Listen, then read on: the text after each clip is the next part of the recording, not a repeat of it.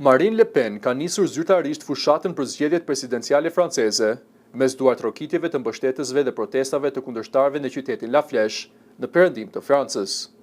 Liderja e së djathtës ekstreme doli para simpatizantëve vetëm një ditë pasi një gjykat apeli konfirmoi dënimin e saj për përvetësim të fondeve të Bashkimit Evropian, por njëkohësisht shkurtoi ndalimin për kandidim, duke i hapur rrugën pjesëmarrjes në zgjedhjet presidenciale të vitit të ardhshëm. Në fjalimin e saj, Le Pen deklaroi se dëshiron ta përqendrojë debatin te problemet që sipas saj shqetësojnë qytetarët francezë, si rritja e kostos së jetesës, pasiguria, deindustrializimi dhe pagat e ulta. Vendimi i gjykatës ka shkaktuar reagime të forta në opinionin publik. Mbështetësit e saj argumentojnë se kundërshtarët po e përdorin dënimin si armë politike dhe theksojnë se edhe politikanë të tjerë janë përballur me procese gjyqësore pa humbur mbështetjen e elektoratit.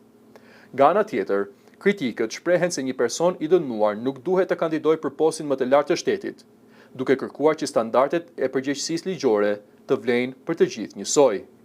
57 vjeçarja, Marine Le Pen, ka kandiduar 3 herë më parë për presidente dhe aktualisht kryeson në disa sondazhe për zgjedhjet e ardhshme.